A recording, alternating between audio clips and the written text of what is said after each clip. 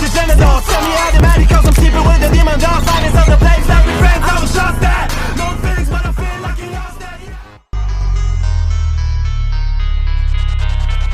First off, bitch, I'm A to the janitor. Tell me how they mad because I'm sleeping with the demon dog. Silence of the flames, now we friends, I was just that. No feelings, but I feel like you. Bismillahirrahmanirrahim. Assalamualaikum warahmatullahi wabarakatuh. Oke teman-teman, kembali lagi di channel Pengusaha Muda yang Mudah yang Berkarya. Oke teman-teman, di kesempatan kali ini saya ingin membahas tentang budidaya ikan lele di kolam tanah ya. Peluang usaha perikanan yang menguntungkan ya teman-teman ya. Oke, kenapa saya bilang peluang usaha perikanan yang menguntungkan? Karena sebenarnya budidaya lele di kolam tanah itu sangat-sangat mudah ya. Sangat-sangat mudah apabila kita melakukan manajemen bibitnya itu dengan benar ya. Apabila melakukan manajemen bibitnya itu dengan benar ya. Oke, caranya melakukan manajemen bibit dengan benar itu gimana sih?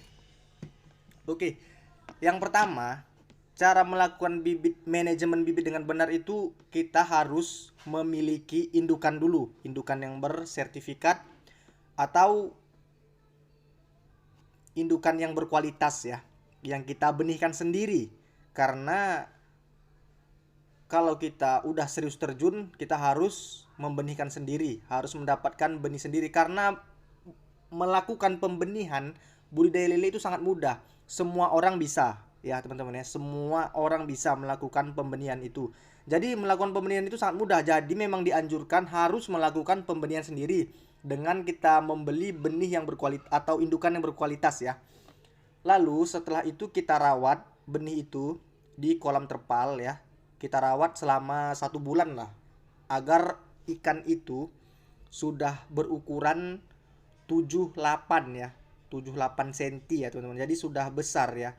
Sudah seukuran jari tengah lah ya, sudah panjang sampai 8 sampai 10 cm ya teman-teman ya.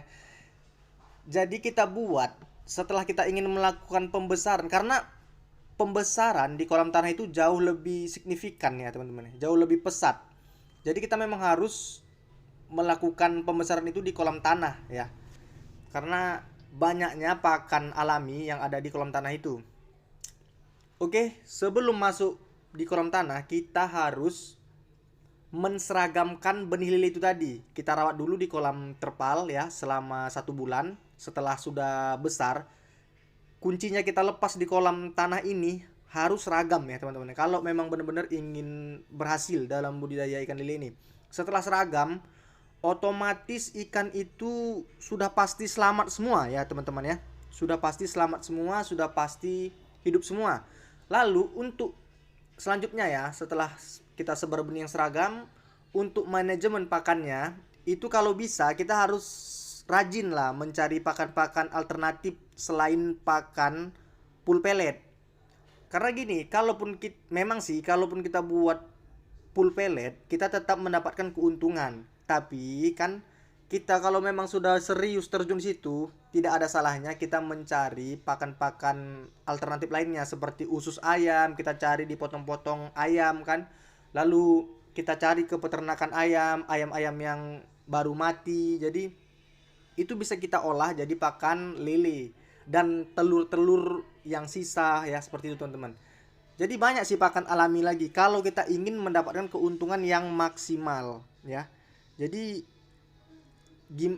gimana kita lah enaknya. Tapi kalaupun memang tidak bisa mendapatkan pakan-pakan alternatif selain pakan pelet tadi, ya nggak apa-apa juga kita berikan pakan full pelet. Tapi dengan catatan ya, ini saya beritahu lagi ya, untuk manajemen pakan kalau ingin melakukan pakan full pelet ya, ini saya sarankan di usia 1 bulan pertama tadi, pas masih kita jaga di kolam terpal, itu pakannya harus proteinnya harus di atas 30% ya teman-teman ya. Karena jarak 1 bulan aja itu kita harus udah mendapatkan 8 sampai 10 cm ya di 1 bulan pertama. Karena kita harus menggunakan protein yang sangat tinggi teman-teman. Di 2 bulan pertama setelah kita masuk di kolam tanah itu masih kita lakukan pakan yang di atas 30% juga proteinnya. Untuk apa ikan ini pada saat kecil harus diberikan pakan yang berprotein tinggi? Karena disitulah letak pembesaran ikan ya teman-teman ya. Letak pembesaran ikan atau pesatnya pembesaran ikan diukur dari benih yang kecil. Karena kenapa? Kalau kita memberikan pakan yang tidak berprotein tinggi, otomatis rata-rata ikan itu akan bantet dan nanti terbiasa lambat besar ya teman-teman ya. Karena memang proteinnya kurang. Maka dari itu saya sarankan buat teman-teman semua harus menggunakan pakan yang berprotein tinggi minimal 2 bulan. Minimal 2 bulan pertama, maksimal 3 bulan, dan ke 4 bulannya kan kita sudah melakukan panen ya dengan ukuran 1,5 kg. Minimal 2 bulan lah kita buat pakan yang berprotein tinggi. Lalu di usia ke 3 bulan bisa kita turunkan proteinnya dengan pakan yang lebih murah. Kalau di tempat saya ya, Medan Sumatera Utara itu pakan yang lebih murah ada di merek Alfit ya. Dan lain sebagainya, masih banyak lah yang pakan-pakan yang murah lain sebagainya. Namun harus kita bibis dengan susu Frovat ya. Yang pertama itu susu Frovat. Kalau memang tidak mendapatkan susu Frovat, teman-teman bisa alihkan ke susu Yakult. Saya rasa kalau susu Yakult di setiap daerah ada. Dan kalau tidak ada juga, mungkin di tempat teman-teman semua pasti ada E4 dan molase. Molase itu limbah gula ya teman-teman ya. Jadi semua itu bisa kita tingkatkan protein dari pakan yang rendah tadi ya teman-teman. Jadi di video kali ini mudah-mudahan dapat bermanfaat, bisa menginspirasi ya agar bisa berhasil melakukan peluang usaha budidaya ikan lele ini bisa sukses ya teman-teman ya. Oke teman-teman, salam sukses dari saya ya, pengusaha muda. Memang harus yang muda yang berkarya ya teman-teman.